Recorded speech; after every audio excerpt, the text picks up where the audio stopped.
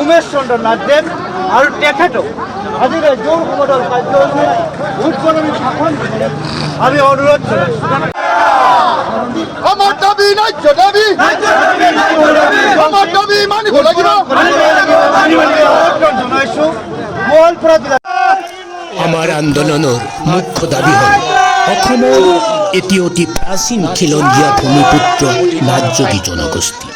পুৰণি এছ টিসকলৰ উপৰিও নতুনকৈ 6 জনগোষ্ঠীয় লোকক এছ টি দিয়াৰ যোজা চলিছে। যদি নতুনকৈ এই 6 জনগোষ্ঠীক চৰকাৰে এছ টিৰ স্বীকৃতি দিয়ে তেন্তে অসমৰ জনগাঁথনিত এছ টি মানুহৰ জনসংখ্যা বৃদ্ধি পাব। এছ টি মানুহৰ সংখ্যা বৃদ্ধি পোৱাৰ লগে লগেই অসমত সৰহ সংখ্যক ঠাইত নতুনকৈ ট্ৰাইবেল বেল্ট আৰু ব্লক গঠন হ'ব। নিয়ম অনুসাৰে খিলঞ্জীয়াসকল য'ত থাকে তাতে ভূমিৰ অধিকাৰ থাকিব লাগে।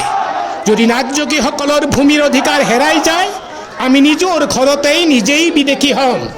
এনেবোৰ অসুবিধা দূৰ কৰিবৰ বাবে চৰকাৰক আমি আপত্তি জনাইছোঁ যে চৰকাৰে এছ টি দিয়ে, 6 শিডিউল দিয়ে, আমাৰ তাত ক'বলগীয়া নাই।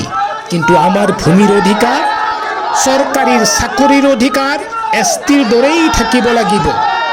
1998 চনত অসম চৰকাৰে নাথযোগীসকলক ভূমিৰ বাবে অধিসূচনা জাৰি কৰিছিল, কিন্তু অধিসূচনা আইনত পৰিণত নহ'ল। নাথযোগীসকল পুৰাতন জাতি, যুগ যুগ ধৰি অসমৰ বাসিন্দা, সেয়েহে ভূমিৰ অধিকাৰ আমাৰ জন্মগত অধিকাৰ। এই জাতিটো অনগ্ৰসৰ জাতি। এই জাতিটোৰ পৰা কোনো MLA নাই, মন্ত্ৰী নাই, কোনো সাংসদ নাই, নগৰ নিগম নিকায়ৰ অধ্যক্ষ নাই, হাইকোৰ্ট সুপ্ৰিম কোৰ্টৰ জাজ নাই। এই জাতিটো কোনো উচ্চ পদস্থ কোনো বিভাগত নাই।